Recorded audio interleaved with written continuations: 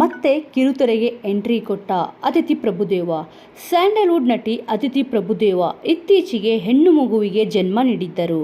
ಮಗುವಿನ ಪಾಲನೆಯಲ್ಲಿ ಬ್ಯುಸಿ ಇದ್ದ ನಟಿ ಈಗ ಕ್ಯಾಮರಾ ಮುಂದೆ ಬಂದಿದ್ದಾರೆ. ಮತ್ತೆ ಕಿರುತೆರೆಗೆ ಎಂಟ್ರಿ ಕೊಡುವ ಮೂಲಕ ಫ್ಯಾನ್ಸ್ಗೆ ಸಿಹಿ ಸುದ್ದಿ ನೀಡಿದ್ದಾರೆ.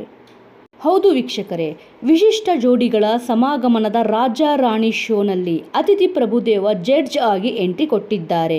ಸೃಜನ್ ಲೋಕೇಶ್, ಹಿರಿಯ ನಟಿ ತಾರಾ ಜೊತೆ ಅದಿತಿ ಪ್ರಭುದೇವ ಕೂಡ ಜಡ್ಜ್ ಆಗಿ ಸಾಥ್ ನೀಡುತ್ತಿದ್ದಾರೆ.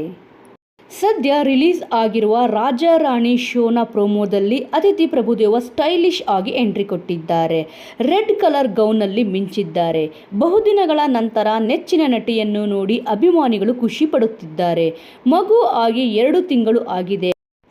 ಆ ಮಗುವನ್ನು ಬಿಟ್ಟು ಶೂಟಿಂಗ್ಗೆ ಬರುತ್ತೀರಾ ಎಂದು ನೆಟ್ಟಿಗರು ಬಗೆ ಬಗೆಯ ಕಮೆಂಟ್ಗಳನ್ನು ಕೂಡ ಮಾಡುತ್ತಿದ್ದಾರೆ.